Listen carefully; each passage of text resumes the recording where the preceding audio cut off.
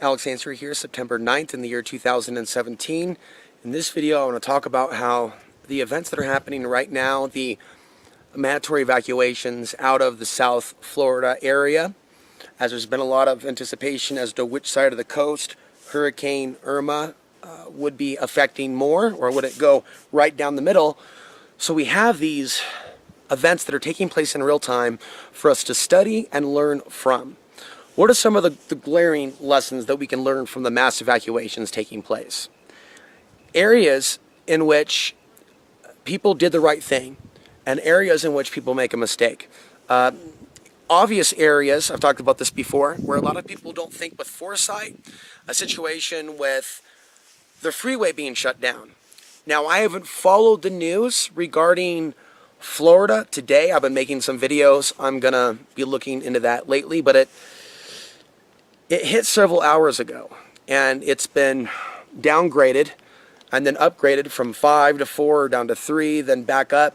I'm sure by now the eye of the storm is causing a lot of devastation. So there's going to be ways in which people survived that chose to stay. It may take time to get this information. Same thing applies to Hurricane Harvey. It also should reflect on the dumbing down of just human intelligence in general, that people aren't even having these specific conversations. What worked? What didn't work? It's just go to the FEMA center, just evacuate, just obey whenever the government tells you to get out of your community. So there's also a big brainwashing psyops taking place that isn't really being discussed.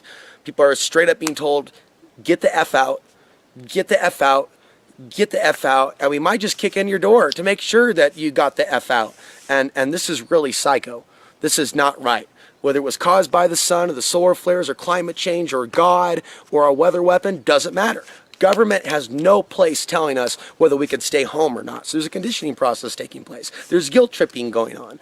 There's this whole fake black Democrat Houston mayor versus white Republican President Donald Trump BS people on the internet were playing into. And then people using Photoshop also, taking advantage of a crisis, saying sharks are here, sharks are there. You know, gee, I wonder who's putting out that disinformation. Now remember what Leon Lagon said on my show.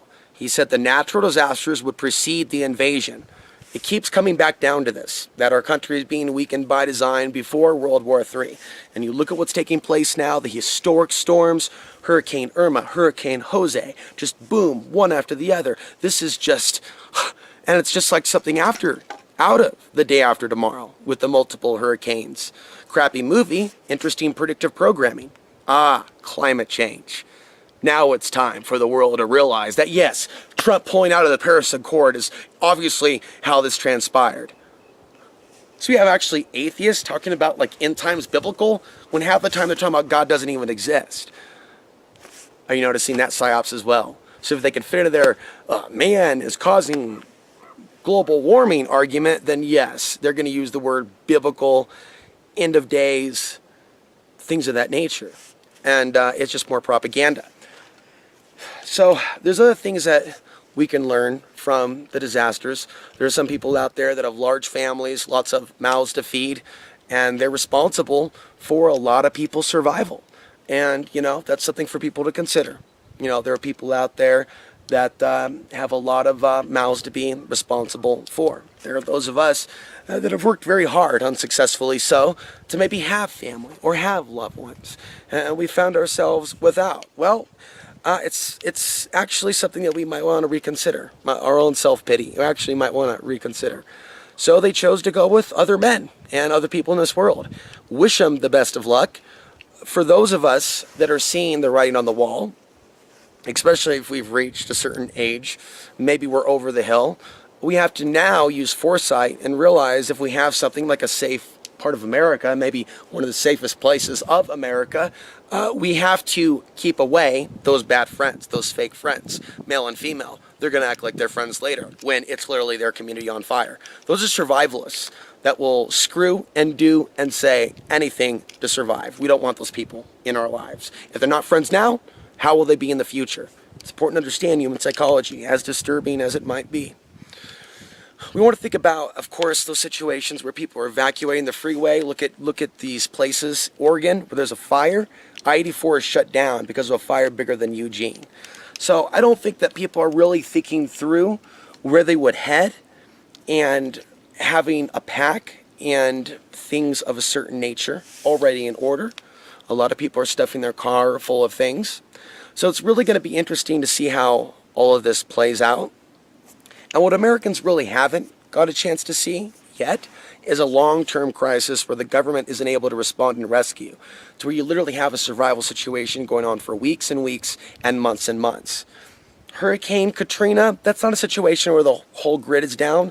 That's a situation where the whole world's watching. The whole world's watching. So if something goes wrong, it's going wrong as a result of government incompetence or cruel and unusual behavior, like when those people were trying to flee, when the blacks were trying to flee, and the white Marines weren't even letting them leave that area in which they were forced to defecate in that zone. And they had the machine guns. They had orders not to let them leave by foot past a particular freeway.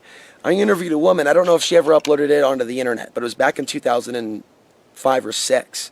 She went down there and interviewed the survivors of Hurricane Katrina in Louisiana, and she brought that story and those testimonials to a former program of mine.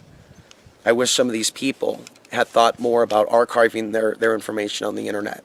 Some people have superstitions about some things not being on the internet. That is a documentary that should have been on the internet. So things like that shouldn't happen. There are stories about gun confiscation in the Virgin Islands. There are similar stories potentially in Texas. Certainly some people were interpreting it as martial law with regards to the evacuations. Perhaps strong language, but are we or are we not seeing YouTube footage of troops, National Guard or otherwise, kicking in doors in Texas? How would you feel if your door was kicked in? So the question is, and of course, Donald Trump's properties in Florida, conveniently in a trust. Yes, due to politics, not wanting to have a conflict of interest. I'm sure that's only net. Mar-a-Lago or Key is a particular hotel, right? Kind of leave my speculations as to what kind of things have probably happened in that Devil's Advocate hotel. But yeah, the movie with Al Pacino is coming to mind. So people can learn something from this, but it's really not going to be until there's a long-term grid disruption where people are without services for months that we see whether or not people will really come to each other's aid, see beyond race, or whether or not we would actually see the worst. And it's my speculation that we're actually going to see, when we see these long-term grid situations, invasions, disruptions, the worst in pockets of America, and the best, and a little bit of everything taking place at once. I actually now remember even, discussing Portland, Oregon. You'll see some people coming together and these survival situations, rescue situations. And there's going to be other areas where you're going to see abductions. People are going to go out and get theirs because they're going to be representing the demonic energy, the Luciferian energy that rides in the wind. And we are literally dealing with angels and demons. There are a lot of men and women that are going to hurt other men and women when they have the opportunity. This is their programming. This is their nihilism. And there's going to be certain pockets in this country we're going to see more of that, not less of that. It's your job and my job, right? To create good energy for ourselves, put the intention out that we want to be in the positive areas. We have no intentions of hurting other people when these things come to fruition. We only have the intention to help others. And it's my job to help you see that you can create your own reality by how you're choosing to look at the outcomes to all this.